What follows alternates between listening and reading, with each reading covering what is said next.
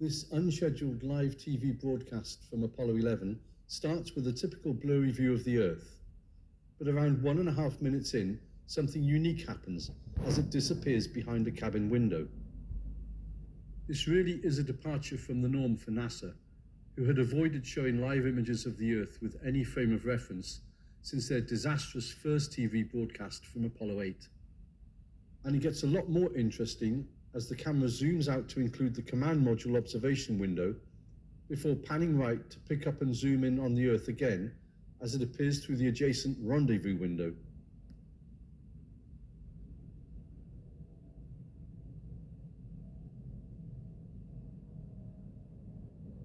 So what's going on?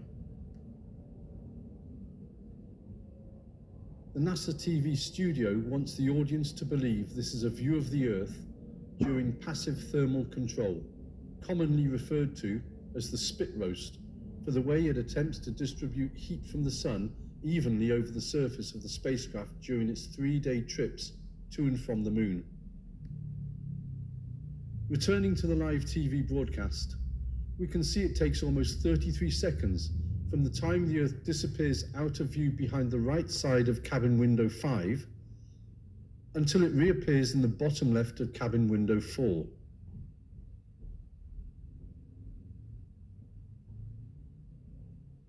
This photo of the command module gives a better idea of what we are looking at and where the cameraman was standing at the time.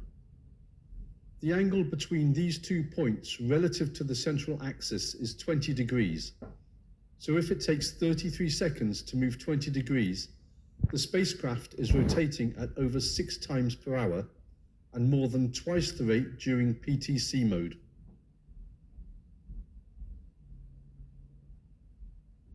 At that rate, by the time the camera pans back to cabin window 5 in the broadcast, the spacecraft would have rotated a further 36 degrees, and the sun should be streaming in to fill the cabin, but the light is barely enough to illuminate the opening.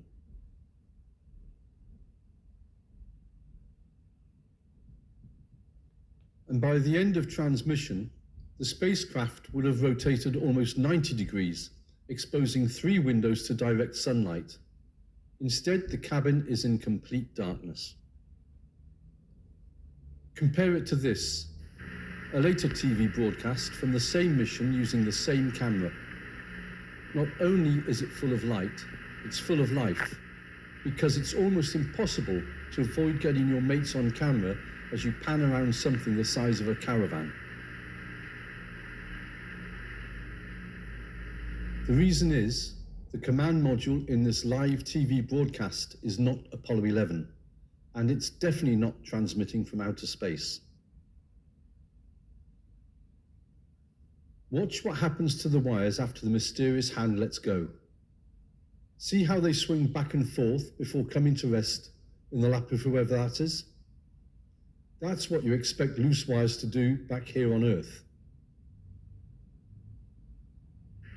And the big yellow arrow that points toward the opening.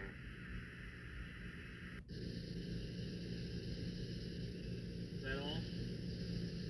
It's unfortunate that the photo line doesn't work. Show the line that's the culprit. However, this is only half the story.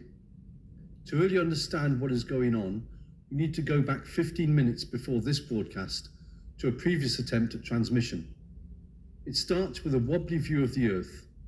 Apollo 11 astronaut Buzz Aldrin wants to know if the people back on Earth have the same distortion. We got a little distortion in the horizontal direction banding on our monitor. I wonder if they're getting the same thing. Stand by, Buzz. I'll let you know. Let's break briefly to understand the situation. The crew is using a modified TV camera to record live footage, which is transmitted by Apollo 11 on the same signal used for all other communication. These signals are picked up at one of 3 receiving stations, in this case Goldstone, California, where a complex system has to convert the video part before it can be broadcast on network TV.